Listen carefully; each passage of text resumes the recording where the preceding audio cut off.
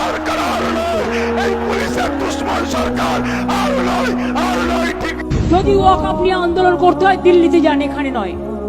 বাংলায় আপনাদের কোনো প্রবলেম নেই, বাংলায় আমি থাকলে তো মাইক কেড়ে নিতাম। কি বক্তব্য দিচ্ছেন আপনি? মাথায় উঠে গেছেন নাকি? খোদার কসম করে আল্লাহ আলোচনা করবো সেটা হলো সংবিধান বিরোধী যেই ওয়াকআপ বিল পাস হয়েছে সেই বিলের ব্যাপারে পিরজাদ আব্বাস সিদ্দিকী ভাইজান তিনি কি বললেন বা কি বক্তব্য রাখলেন, সেই বক্তব্যের ভিডিও আমরা শুনবো, বা তিনি তার ফ্যান ফলোয়ারদেরকে কি জানালেন বা কি বার্তা দিলেন, কি বললেন সেটা আমরা দেখবো। চলো বেশি কথা না বাড়িয়ে ভিডিওটা আমরা স্টার্ট করি।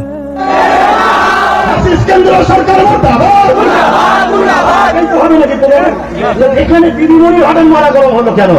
আমি অনেক চিন্তা করে দেখলাম, ও আইনের মধ্যে লেখা আছে 12 বছর কেউ যদি ওয়াকফ দখল করে রাখে মসজিদ, মাদ্রাসা, কবরস্থান, ঈদগাহ জায়গা, সেটা তার হয়ে যাবে।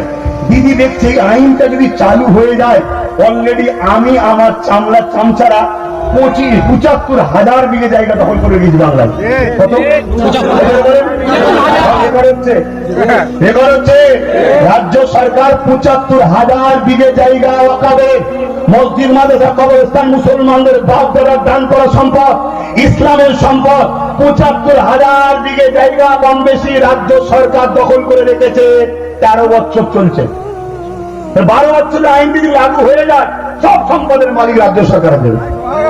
এ তো দেখছে আমার বিনা বিরোধী করে মুসলিম দরদি দেখিয়ে মুসলমান আমার সাপোর্ট করছে, আবার আমি মুসলমানদের ভোটেই সরকার হচ্ছি, অথচ মুসলমানদের 75,000 বিঘে জায়গা নিয়ে নেবো। কেউ বুঝতে পারবে না এ আইনের বিরুদ্ধে বলতে দেওয়া। দ্বিতীয় নম্বর এটাও হতে পারে, অনেকে বলছে যে উনি কি করবে, ওপর থেকে চাপ এসছে, যদি বাংলায় আন্দোলন হয় তাহলে সিবিআই ইডি পাঠিয়ে তোমাকে ভাইপোকে তুলে আনবো। তখন পিরজাদ আব্বাস সিদ্দিকী ভাইজানের বক্তব্য শুনলেন, আশা করছি বুঝতে পেরেছ। আর ভাইজান কি বুঝালেন বা কি বললেন, কি বোঝাতে চাইলেন, আশা করছি পুরো ডিটেলে বুঝতে পেরেছ।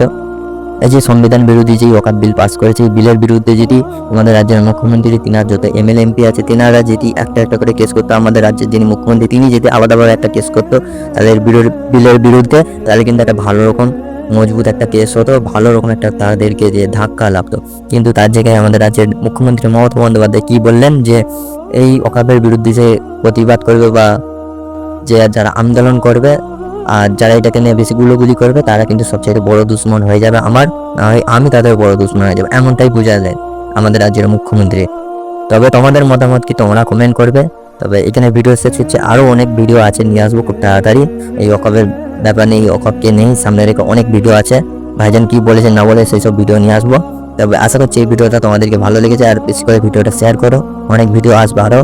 ততক্ষণ এখানে ভিডিও শেষ করছি, ততক্ষণ সবাই সাথে থাকবে। এখন পর্যন্ত এখানে ভিডিও শেষ করছি, টাটা, বাই বাই।